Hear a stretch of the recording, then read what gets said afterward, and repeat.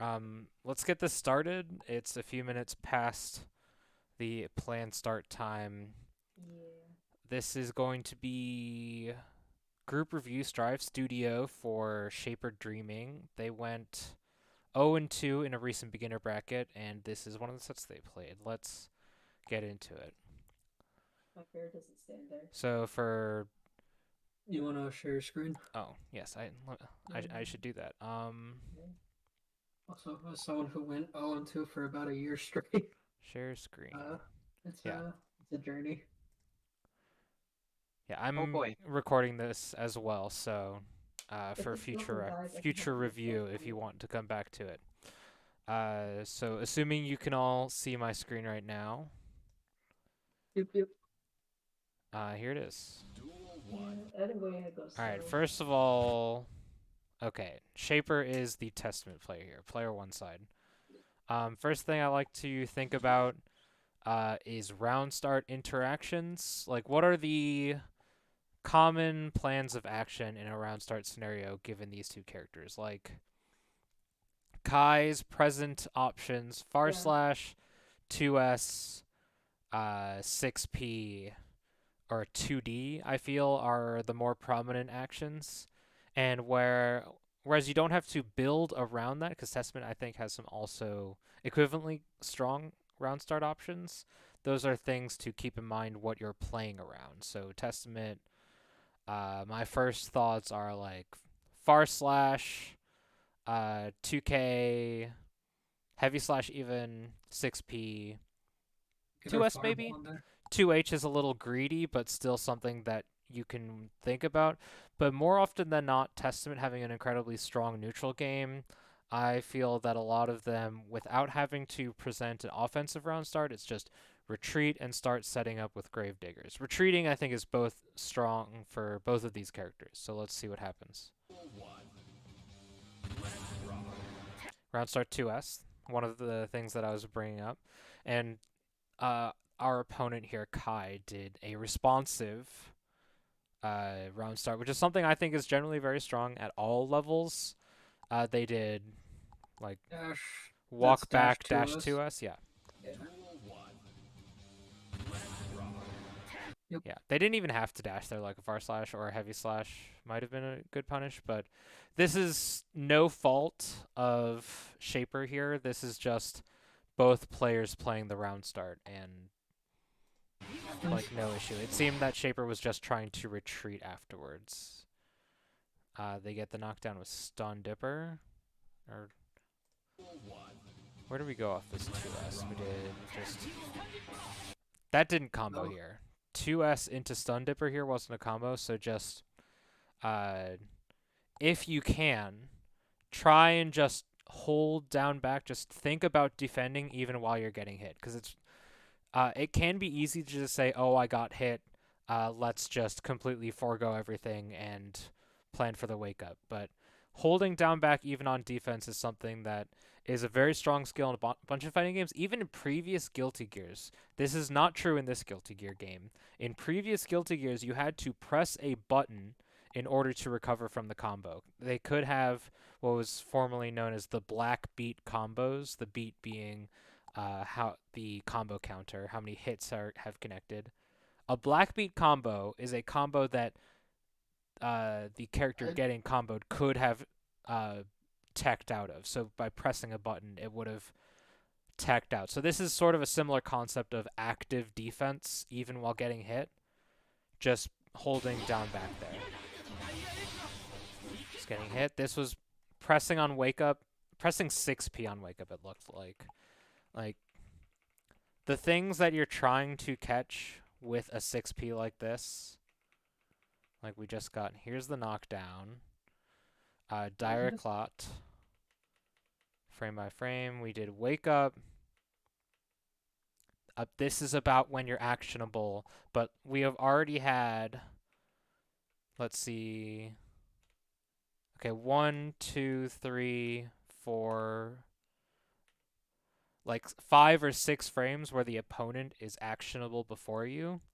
So they are 100% at advantage in this. doing something proactive like a 6P on defense here is often very dangerous. The distance is too far for like a throw out of the meaty, a missed meaty. Even then, it's hard to really justify it. Um, but we see the startup of the 6P coming here, and then they're just hitting you out of it. Um, I know you mentioned that you wanted more detailed advice than just block more, but perhaps more specific advice than block more is like block more when you're clearly in a defensive position. And it can be difficult sometimes to recognize a difficult position, but for now, we can focus on these knockdown situations. So you get knocked down, and right here, another defensive situation. You're waking up, and going to get clipped by a meaty, heavy stun edge if you press anything. So we're blocking, very good. This is just trying to press out of stagger string. Um, this might come with a better understanding of Kai's offensive pressure after blocking this close slash. Close slash is plus, by the way. Close slash like +1 or 2. So just 6H after, or the 6H after that's hard to really do anything after and getting counter hit. And then this is a very like aggressive burst. So we're already low resources here against Kai. Kai hasn't been touched, full upper resources and 50% tension. So being mindful of how you burst and is always something that comes with time. Can I ask a question? Yeah, go ahead. Oh, thank you. You said that was a very aggressive burst. My logic at that moment was, I've done nothing. Sorry, excuse me. I've done nothing. If I want to have, oh, excuse me. If I want to have anything happen on this, I need to get some space. And so that was my plan, was to create space and form an offensive. I think that's generally a very rounded thinking. However, this isn't the end of the match here. You're not losing the match if you lose one stock up here. So you have being able to think with a more long-term mindset is something that can be very important. Like uh when you have lower health, uh you can't do much after you've burst. You have low health and low tension here. So after you've burst, it's like you have to work incredibly hard in order for that burst to be effective at all. So I tend to err towards more conservative burst lines uh in the earlier rounds. So like even if you had lost that round, it's like, okay, I'm going to the next round. I have full burst. I can use it at a point where it can be more influential. I think an important part also is when you burst, you aren't putting yourself in an offensive position, as you were saying. Mm-hmm. Bursting only gets you out of a bad situation. There is like truly offensive bursts, which you can do if you want to like keep corner and stuff. But if you're in the corner, you're bursting. You're mostly bursting to not die, if that makes sense. Yeah, it's like very Mhm. preventative. To be fair, my main goal was to not die.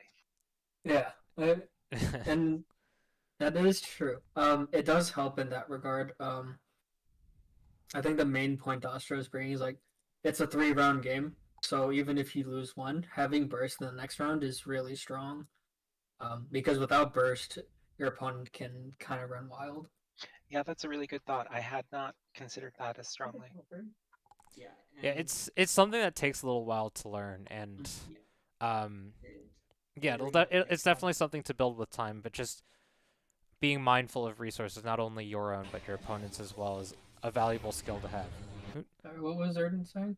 uh, yeah, and just like yeah, it's a combination of yeah, what is Dasha was saying is the resources. If they're also low on health, it's more okay to do here this year, or if you're both really high on health, because you have more chance of like actually winning that round. But like yeah, with this health difference and the meter as is, like you're gonna you got to do a lot of work here to make that burst work. And it's a good start. The fireball and the teleport, you get corner there. It's Yeah, really I nice. wanted to point this out. We have just playing the neutral as Succubus is set out. There's very good situational awareness. You whiffed 5k into teleport. Like, we're clearly seeing that this Kai really wants to get in, and we're just right out. So I think that was a very good teleport there. You get to set up. Nice, good game plan. So something I'm noticing here, is that you're just moving a lot, and it's okay to slow down and not press buttons sometimes. I know it's like you're at a far range, you have good buttons at this range. I want to keep pressing them, but just like slowing down the gameplay can help you like gather your thoughts and play a little reactively when necessary. It's that, and you can definitely catch other people making mistakes the most when you're just doing nothing. It's okay to move, but I feel like something that I think is like incredibly strong and a sign of a player who knows what's going on is like being able to walk in a game with really great movement options. And like, yeah, go ahead. Oh, I was just gonna say, this really tracks with some of the feedback I've received before, which is like you don't have to be hitting a button at every single moment. And I think that I do get a little bit swept up in just constantly trying to put on pressure and do the right thing. So I hear you. It's like you're playing the game and you want to take control, but taking control isn't always putting something on the screen. Taking control can be letting your opponent be wrong. And another way to describe it is it's not actively taking control, it's situationally or positionally taking control. yeah, Both also cover it. Also, I definitely hear you on that when you start, you want to hit buttons. I think the amount of times Dostrow told me to stop hitting fucking buttons when we first started playing. yeah. Oh, God. Lloyd is my fighting game son. Like, we went to college together. We played fighting games. I sort of introduced him to a more consistent, competitive mindset of fighting games by like just playing Street Fighter together, and then I got Marvel vs. Capcom Infinite and Dragon Ball Fighters, and we played those together, and it was just like seeing the evolution of okay, always pressing buttons to now I am trying to react to my and respond to my opponent has been a very clean viewpoint, I think. And it's really nice to see that. But Shit's hard. it's hard, yeah. Getting your ass beat feels bad. Like that was a great Nice challenge. that was a great idea there. This is just a character specific thing. Kai's Foudra arc there will often beat a lot of 6Ps. Let's go back a little bit. Because 6P only has upper and body invulnerability. And we see here, Foudra arc hits really deep down. So something like to challenge instead of 5P, 6P is like using a 5P or a 5K to challenge 6P because those come out faster and will hit Kai before he is trying to hit you. So this is just character knowledge rather than holistic game knowledge. So Is this just a stream bug? What is wrong with Kai's leg? it's What is happening here? it's stylized. It's anime, dude. Don't that, question that it. angle does not. Guy needs to see a doctor. Dog has ballet shoes on. Like they're pointed all the way inward. No, the thigh to yeah, I cannot look at it now. Thanks. But moving I'm on. gonna. Nice. Good neutral. Nice. This is like just I know I'm pausing a lot, but this is like a good iteration of we are holding ground and not moving. Like just putting that far slash out is like a good stop sign. Like you don't have to be moving forward. Moving forward there isn't a terrible thing. Okay. Yeah, Okay. I knew it was coming. I mean, that's fine. That honestly, everyone gets hit by that. It's your neutral is honestly not horrible. One thing I want to point out here, you have a get out of jail free card right here.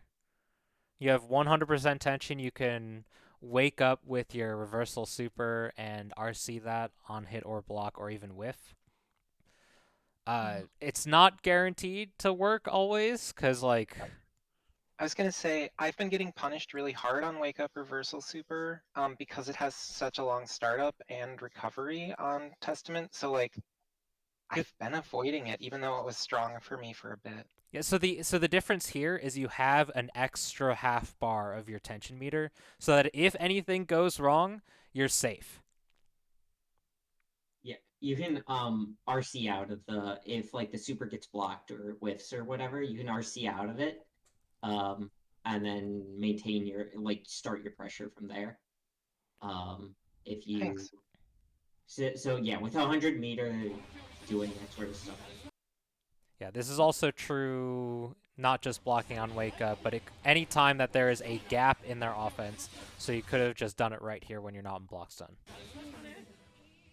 Assuming that was not in block stun. I always forget how much charge stunnage does. In the end, that burst didn't end up to be so bad. So you were able to hold your ground and let your burst meter recharge. So it was effective to a point. There's that far slash, just playing the round start.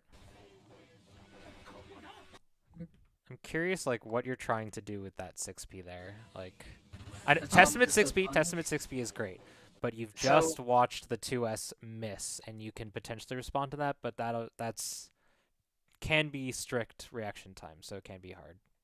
If you see random 6Ps, sometimes I just panic and I go, okay, if they like come at me, this is a pretty safe option, and so it's usually me panicking.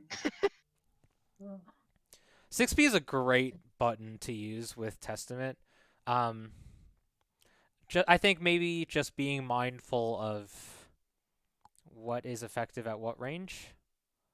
Far slash, 2s, even heavy slash, pretty solid at this range. 6p is more of just a don't come at me button, I think, or as well as anti-air. Has the Kai been using a lot of far slash in like things that are 6P-able up to this point? This is just the second round, and I don't think I've seen any Oh. far slash actually. It's been a lot of 2s and 5k or 2k. A lot of dashing as well. Just a lot of running. This, around. by the way, Trey you came in late here. This is a beginner bracket review set that we're looking at. Okay. Yeah.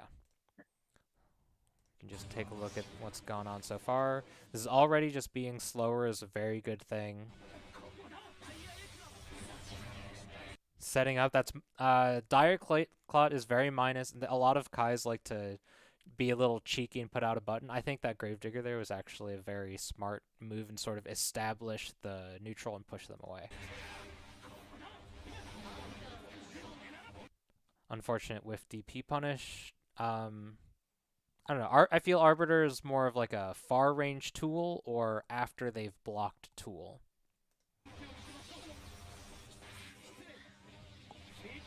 You get thrown. This is just offense.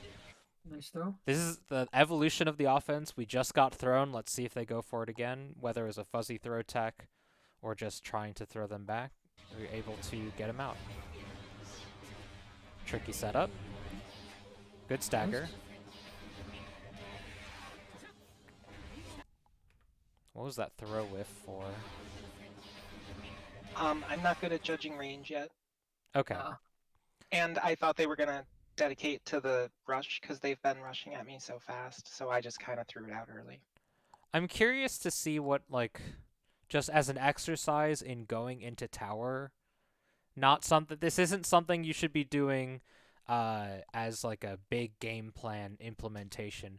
Just going to tower and like spending a few matches only using your specials and then like far slash 2S close slash, just to get a feel for the range, maybe. It's Because also something you can do in training mode. Just hitting the button. oh yeah, or even against like a CPU, like a computer. Mhm. I think like people don't do this enough. Playing against computers is actually very valuable, and just getting a feel for how to use things. Because You don't need a Testament's slash buttons are just really good. My dirty little secret is that I've beat arcade in extreme mode over 25 times. I have no good reason for this. nice. I think one thing you can think about too is if you think someone is rushing at you and you think they might do like a dash up throw. Testament has a very very good 2K, and think about using buttons to check that approach as opposed to dealing with a specific thing that they're trying to hit you with. Like no matter what they do, dash up throw, dash up button, they're dashing at you, and if they're dashing at you, they can't block. Thanks. Yeah, this is something that's like very valuable against characters that move really fast. Kai is like a good middle of the ground. His run speed's pretty average, but against characters like Giovanna, Leo, Chip, Milia. Milia, yeah. If the You know, Milia to players finally decide to put on their lead shoes. yeah. It seems like you're defaulting to just holding back rather than down back for guarding. And So I don't know the matchup super well, and Kai had a couple of overheads that I didn't understand, so I think that so was why. Kai has one overhead, and that one overhead is 5D, which every character has actually. A flip kick is a mid. Yeah, it It's not is. an over. It is neither an overhead nor a low. In previous iteration, Kai had Greed Sever, which was an overhead, but this is Foudre Arc, which is completely different and has honestly like a similar use, but the application is different. Oh, I totally misread that then. Yeah, it really people got really annoyed by it, by that they changed it to a mid, a long time ago. But the people who did get mad about that, from what I've told, are people that do not understand what Greed Sever was actually used for. Tick throw. Just getting hit on meaty. Maybe you were trying to reversal or something, but that wasn't a counter hit. So just another instance of passive defense would be very beneficial at that instance. Especially because a lot of the Kai knockdowns will lead into the charged stun edge, the heavy fireball. So just understanding that might be a good stepping stone to just holding the pressure on wake up. Not the same sometimes. Okay. I've also been told that Kai counters Testament pretty well, and that's been my experience when playing Kais, but that could be wrong. I personally do not know this matchup from either side. It seems like they'd have pretty solid tools to just like play evenly against each other. That being said, I'm not very familiar. In the Discord, you can talk to like Chris Chaos from the Kai side or Bepa from the Testament side and see what their thoughts are and how to improve with it. I was just gonna say another Mhm. big thing is while you're learning, I wouldn't worry about how much one counters another. Yes, it's good to know and to look at, but um, a lot of the people when they talk about those advantageous positions is many layers down, um, and might not be as equitable as you're still learning the game. Like a big one is like Potemkin early on feels really strong, and then you don't really start seeing Potemkin's weaknesses until the layers develop deeper and deeper. Yeah, a good perspective of this, even though it's a completely different game, on the Guilty Gear subreddit, there's been like a middle school teacher, like elementary school teacher, who brings Guilty Gear Oh, that's great. I've plus been reading that. R. They bring plus R on like their laptop to their class on free days, and they hold a little tournament. And something that they pointed out is like the tier list or how they approach things is very skewed on like what is easy and what is strong at a base level to people who are not like playing the game yet. One instance, something very popular I remember is Potemkin 6H, the big double fist punch that goes like 3/4 of the screen at least in, or 2/3 of the screen maybe in Strive. It's an example of how matchups aren't very important until you're more comfortable with the game in its entirety. Let's go on. This is the round 1, game 2 here. Patient round start. I'm with a character that's very strong and neutral. I generally really like just backing off on round start. There's that far slash. That's good application. We were talking about that earlier. They just happened to get around it. This is... This I is think an for now the burst is fine. You know, I'm not talking about the burst here. I think the burst was okay. I'm talking about this air dash right here. I think this air dash was kind of unnecessary. Maybe it's like I'm about to be in the corner and I'm scared of it, but isn't a big reason because your opponent is very far from you and you have a lot of tools that do very good against someone who's very far from you. So you're air dashing in here, and this Kai is just coming in and happens to choose something that's very strong against aerial options in Foudre Arc. So just like being more patient with the long distance, because Testament has these Gravediggers, they have Unholy Diver, they have Teleport, they have extremely long buttons. That far slash, you were using it very well in the first few seconds of the match. And this air dash was, I think, just a bit panicky from a third-person perspective. Leads to positive bonus. Good defense. Yeah, this is just... I think. Yeah. Let's just take a look at this.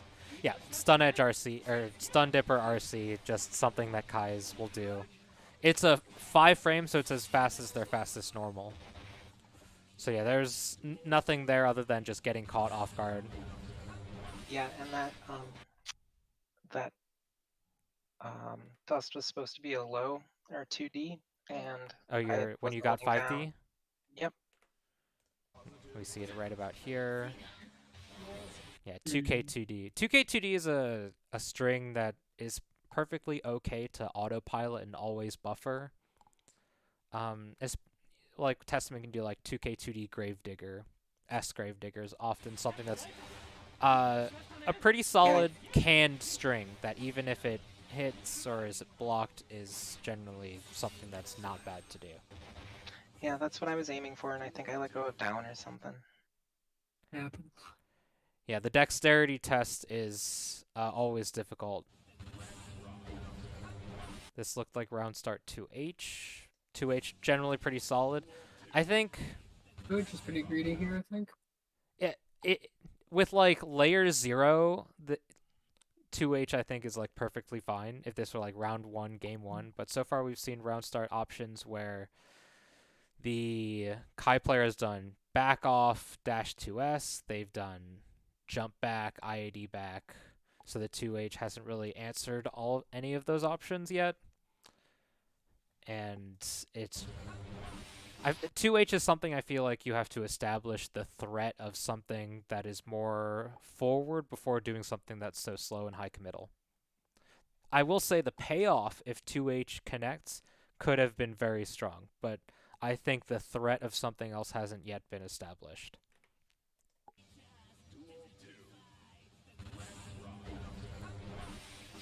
Knockdown, dash up throw. No issues with this defensive option. That looked like attempted throw tech, and we've already seen the tick throw setup.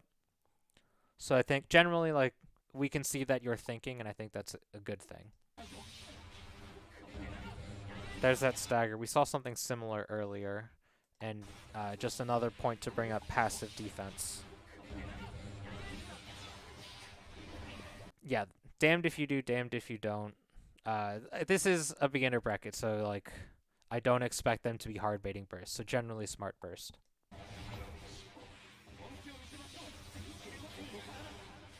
Yeah. Oh, they dropped it. Unfortunate. Yeah. They have the setups. Yeah, just a note in this situation here, they get the knockdown. We're going to look here. The 5D is something to think about and worry about, especially because they have 50% meter to Roman cancel it. High committal options are generally something that you need to bring forward into your mind when you have 50% tension. Just, I'm not expecting you to really digest it in a match yet, but something to think about in the future. Not necessarily something specifically like this, but being able to look at the screen, take in all of the information, and use that to inform your decisions both on offense, defense, and in neutral. Yeah, 5DRC. They just happened to drop the combo. I'm getting hit by the 5D. That was just near checkmate situation. And this is game 3. They're up 2-0. Round start. Round start 6H, very greedy, similar to the 2H option that we talked about earlier. Instant burst, generally no issue with that. Establish some neutral. It did pay off, but I don't think you necessarily need to use teleport here. You kind of corner yourself, and you have really great like stop sign buttons. Like you set up another Gravedigger, and something like 5S, walk forward 5S, slight dash 5S. I think I was trying to pop the stain was my logic here. And I sometimes just try to get as close as I can as fast as possible, and I remember realizing that I put myself in the corner on this one. Yeah, so I think something to think about Stain is that it's not just a combo tool. Stain it's a great combo tool and a great combo starter that turns any stray hit into great damage. But it is something on your opponent that makes them have to think about how they approach. So like even just getting a button on block with Stain on them means that they're being sent basically full screen again with like far/Gravedigger or even far/Stain Pop 2H would be like a true block string at the right range. And that pulls them in to start pressure afterwards. So, yeah. There's also routes where far/ into Stain Pop can also lead to full combo with some dash momentum stuff. Yeah, even just like later. far/ into nothing. The Stain pops and you can just do more afterwards. Like far/Stain Pop, you can do a 6H afterwards and it'll still combo or be a block string. Less about the specifics, just more about the understanding that Stain is not just for a combo tool. It's a very central part of Testament's game plan, but it's great to just tell the opponent stop coming in so fast. They have to like be wary of what's going on.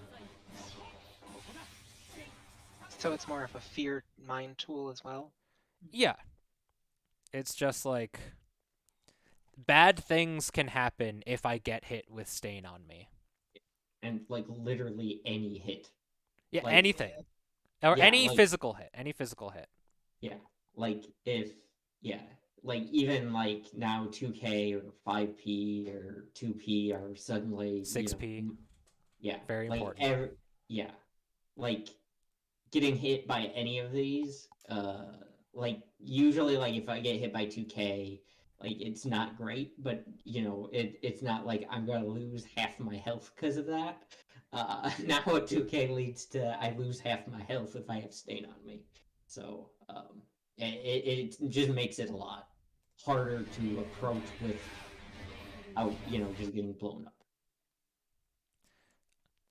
I like the choice of button here. 5H, generally pretty fast, good range. I think solid disjoint.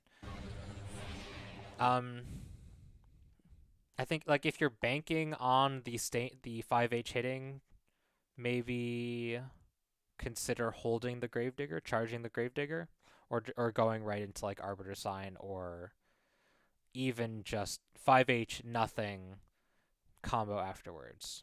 Just small things to help optimize the situation. You ended up whiffing the Arbiter Sign, I think in like a moment of panic. Like, oh, this is going to connect, but it leads to this situation.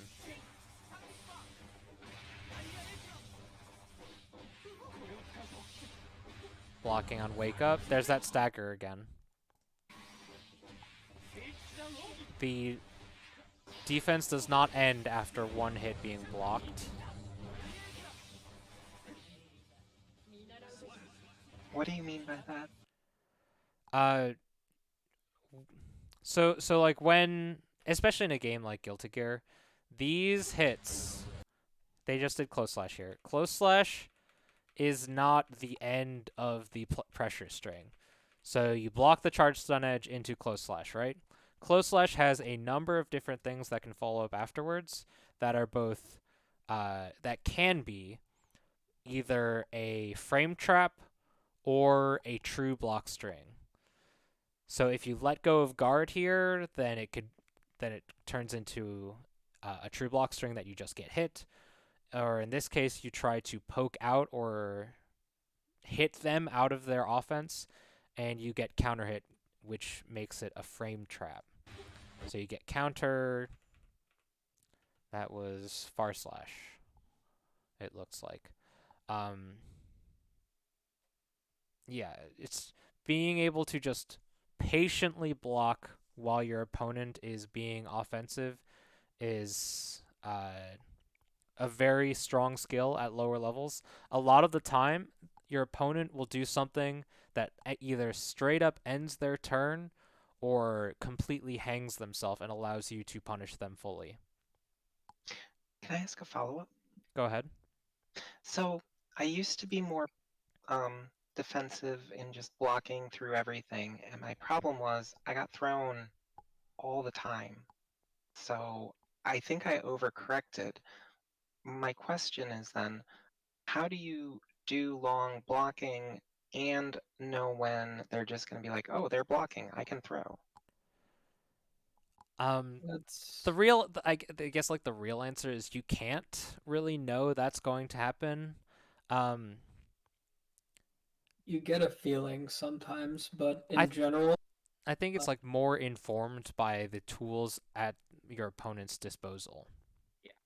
And in cases like this one, also hitting a button delayed because they can't grab you right immediately after block stun ends. There's like a 5 additional frames of like where you can't get thrown. Mm-hmm. So if you wait a bit and then choose like backdash or jump, are usually safer options, but there are issues with them. You can also hit buttons.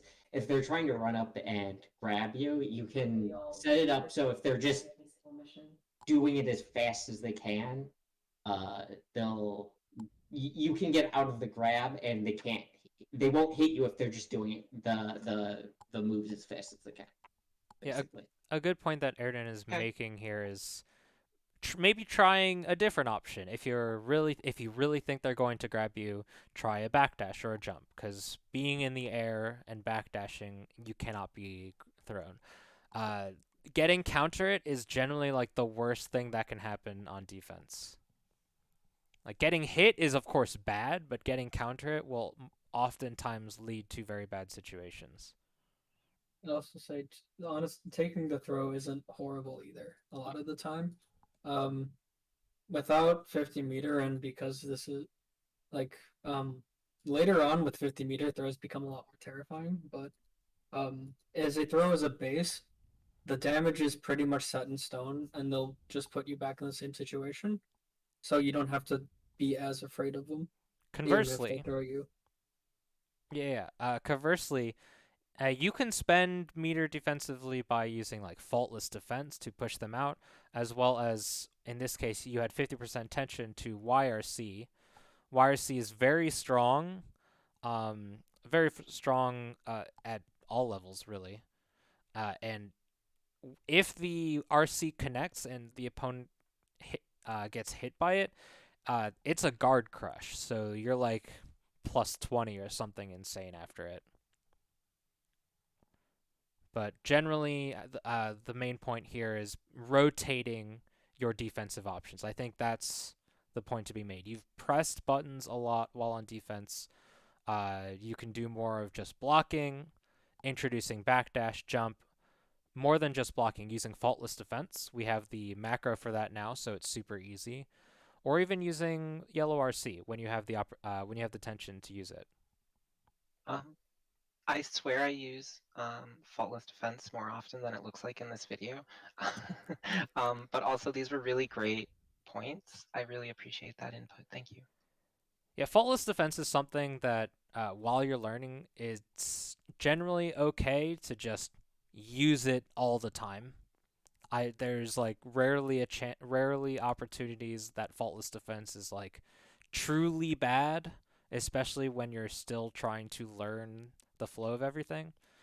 So I think it's generally a great option. My stupid reason for not using it as much lately is that it's an instant tell that I'm willing to block, and I fear that throw pretty bad, honestly. Yeah, it's a bit of a game of push and pull, just feeling the throw game. It's maybe a little extra an extra point of focus here in the Kai matchup because a lot of Kai's pressure revolves around the threat of throw. So it's a little bit of extra psychic damage here. 6P challenge happens to work out. Arbiter sign, just keep getting hit, and then clipped by the meaty. I'm going to guess that was being scared of the throw again. And yeah, that's sort of just flip a coin and find out on that wake-up situation. Round start, they did 2S. It looked like 6P. Yeah, startup of 6P gets punished. They've been over-representing this 2S a lot. It's worked basically every time. And this is the potential last round start of the match. So just being mindful of what happened in the past. Counter hit and startup. Or on wake up. Just take another look at this. This 2K was fine, I guess. Testament If 2K you is are really going great. to challenge 2K, like that's one of those things where you don't just want to let your challenge be like the single button. Like you want it to be 2K 2D. Like just you're committed to poking if like no human being is going to hit confirm the block 2K and then complete the 2D. Like just you have to commit to that if you're going to commit to mash. And then in that situation you would have gotten the knockdown into like charge whatever Testament does. I'm not sure what they get, but Yeah. So are you saying I did the right thing? you did the right thing, but you didn't follow through. So like you had a good challenge because they were probably gonna like steal their turn and like do dash up pressure. So you challenged with the 2K button press, but you need to complete that and just do 2K 2D and like do the full Gatling into the knockdown. Because if you're wrong on the 2K, it doesn't matter if you do the 2D or not, you're getting hit. If you're right on the 2K, you're getting your full reward instead of just getting the 2K, which is just a little slap on the wrist as opposed to getting your momentum starting. You know, I've watched this a bunch and I didn't even see that I did 2K, 2D, 2K again, and that the 2K connected. Yeah, you got the counter hit 2K here and then just a little bit delayed. You did 2D. And this is another case of just when you have the opportunity and when you're really betting on this to work, just like doing the full string, whether on hit or block, is pretty good in your situation. So 2D, yeah, buffering the Gravedigger, very good. So I think another point, you're using Arbiter like without having the threat of, without a consistent threat of buttons to stop your opponent from running in, whether it's a Gravedigger, /2S, whatever. Yeah. Arbiter Sign, very good to catch your opponent just doing the wrong thing, but without like a threat that to hold them still, it doesn't do much. This is another case of like being wary of the 2S. I'm not sure how 2S would interact with the Far Slash, but I have a feeling that Kai might like low profile 2S in this case. Yeah, that was sort of another damned if you do, damned if you don't burst. There wasn't much you could have done in that situation. Yeah, it was the end. Yeah, that's the end of the first set. Is there anyone here in the call that would like us to go over one of their sets rather than continuing Shaper's second set? If not, we can continue to do Shaper's.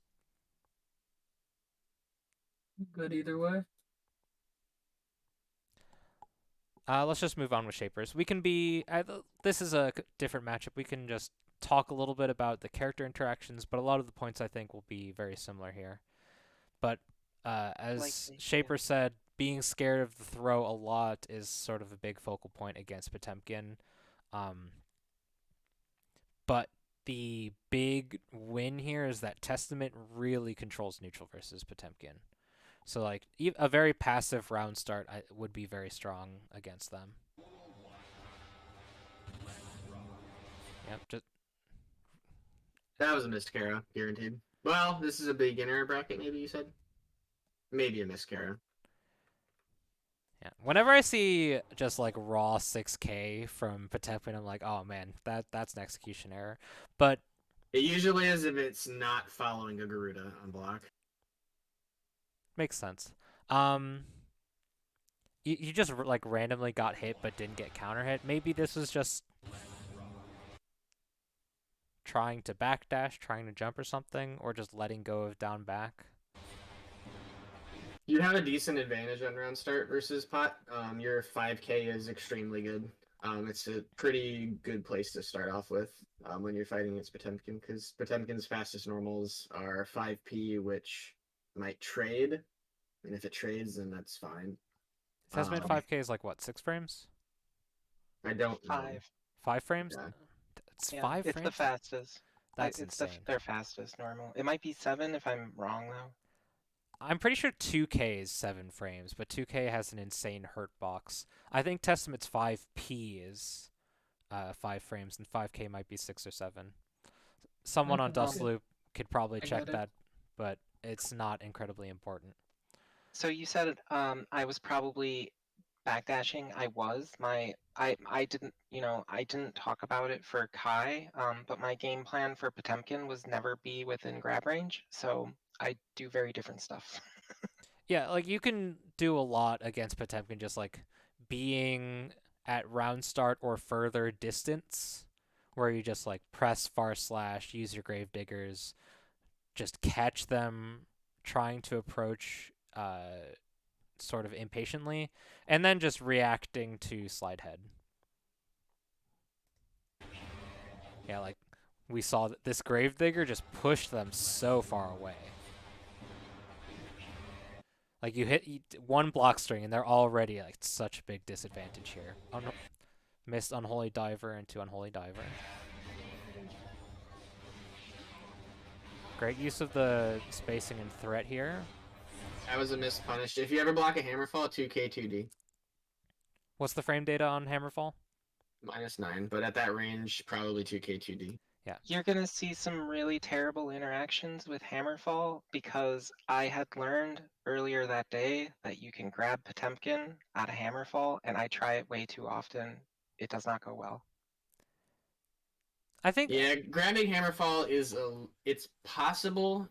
It's unless you are also Potemkin, it can kind of be a meme a little bit because like the timing is pretty.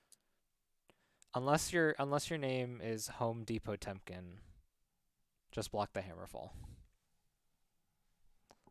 Well, But because throw is like what, like 1 or 2 active frames or something like that. I know it's active on the second frame, but I don't know the active frames on it. That's your window of accuracy. That's the issue. Just I think something to maybe bring into your gameplay maybe is think about punishing with 2K2D as like a main punish for now. Something that's consistent, something that's fast, and something that leads to like a clear advantageous position. Okay. Scary game plan. Can be hard to contest forward Mega Fist. I don't think that air dash is like I'm trying not to get cornered, and you can just pretty handily hold your ground versus Potemkin here. Like we already saw Arbiter, or not Arbiter, Gravedigger just do so well at pushing them back.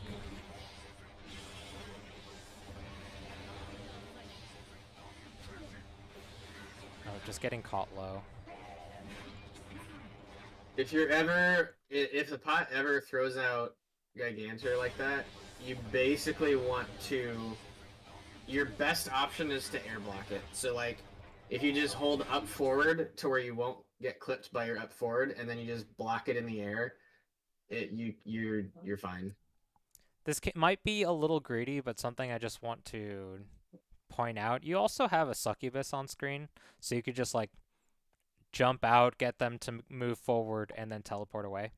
Just something to think about. I don't know if it would have been good or worked here, but it's an option that would have been very strong if it did work. And just getting clipped low. There's that I'm scared of the corner air dash again.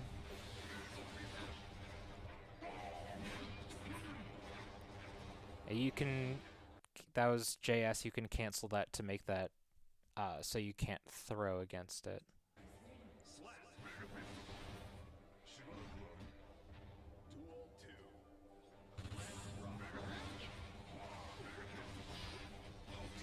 Forward Mega Fist is -2 on hit, so you can just smash 2K2D even on hit, block or hit. Forward Mega Wow. Fist That's is amazing. Or, yeah, it's or like 5K2D, whichever one is faster for Testament.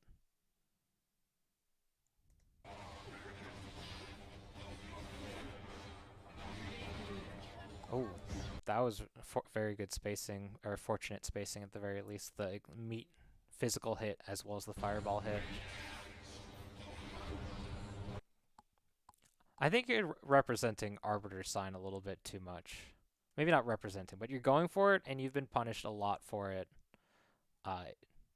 in this set, or in the previous set, and now it's coming to this set.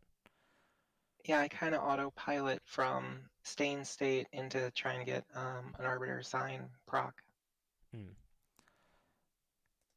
Arbiter is like good once you've told your opponent that they need to sit still. Oh, that was just unfortunate.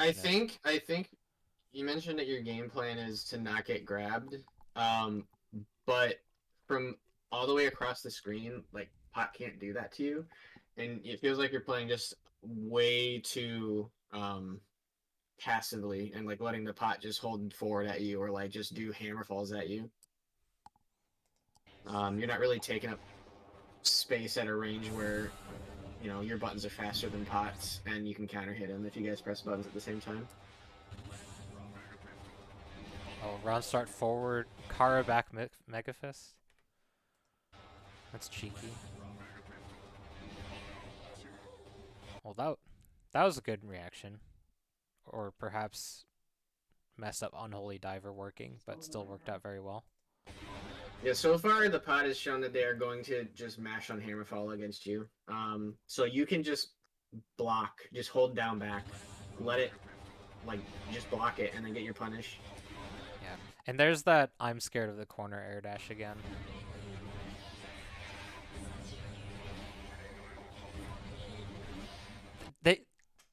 This is like the 5th or 6th Hammerfall they've done in a row. This pot is this guy's Potemkin brain out of their skull.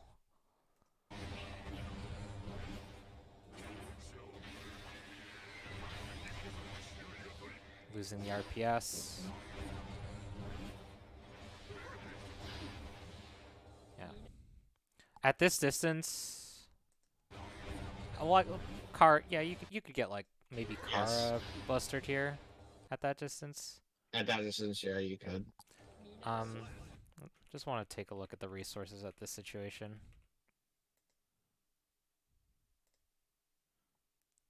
You have 50% tension, but I don't know. This is just a 50-50 at that point. I got caught low so many times, it's really embarrassing in this match. I mean, that's just like Potemkin offense. The low beats out your trying to get out of the throw, and the throw beats out you just holding down back. And pot 2D is pretty solid. Here comes the hammer fall, yep. Here comes the hammer fall. And hammer fall. Catching the backdash. I'm scared of the corner backdash, but I guess they had 50% tension to RC the hammer fall on block if necessary.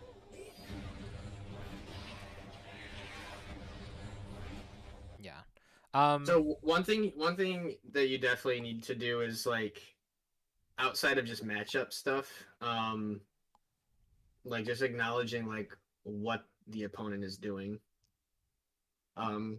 At any point during the match, did you like say to yourself, "Wow, this person is hammer falling me like on global cooldown"?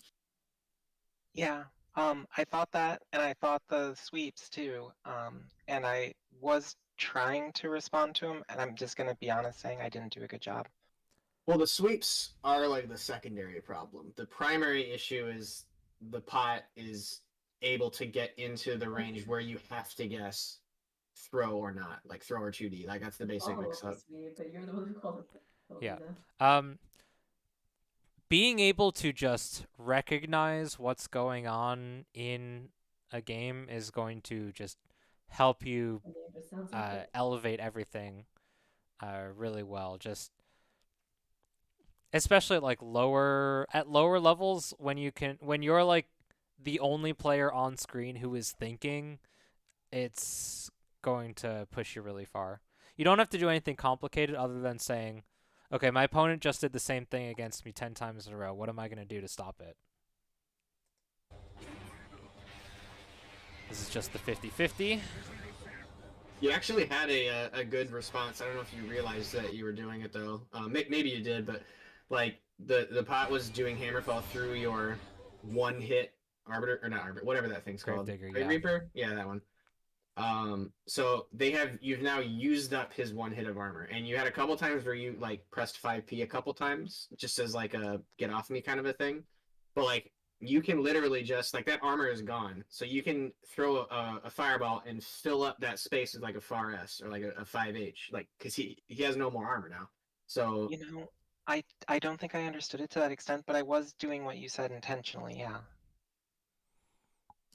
Yeah, so it's just a matter of okay, they're trying to get through this fireball with armor. They've done so. Now they no longer have armor, so I can just punch them in the face right there. And then it's just like doing something that's a little more, like, has more oomph to it than just like 5p, 5p. Yeah, I think like an extension of the 5p, 5p thing, if you're in a situation where you're just pressing 5p a bunch, or 2p even, just turning it into a combo with like 5p, 5p, 6p Gravedigger. Just something to turn your hits into a stronger position. Okay.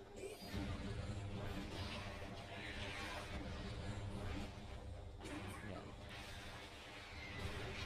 Just losing the 50-50.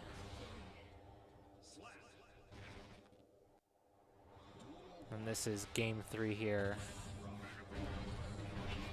They did forward Megafist like twice already, and I'm going to assume that round start 6k originally was another Megafist, and this is a response that worked very well here. This is super long distance hammerfall. Bit of an autopilot there. Scared of the throw. KBMF. It works out here, but you've been doing this just a lot. I'm scared of the corner, so I'm gonna air dash.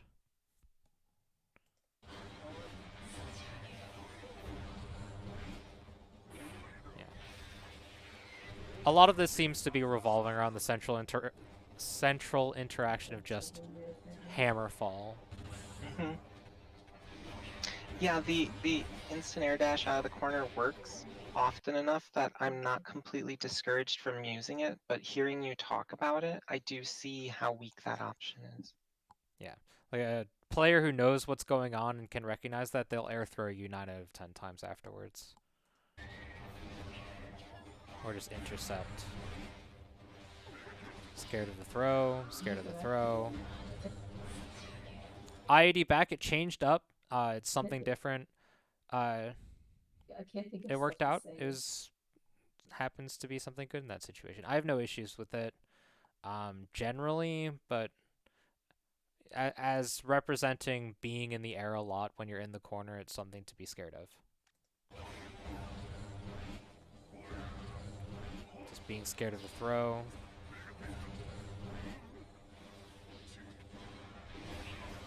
Yeah. Sounds like you're a natural. Hammerfall to seal it out.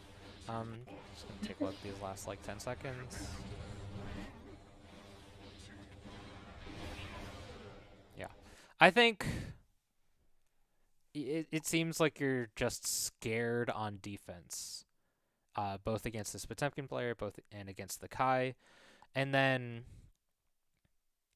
it feels like you just always want to be doing something when it's okay to just like walk forward or walk back or even just stand still, especially with a character like Testament who will be very far on the screen compared to a lot of other characters.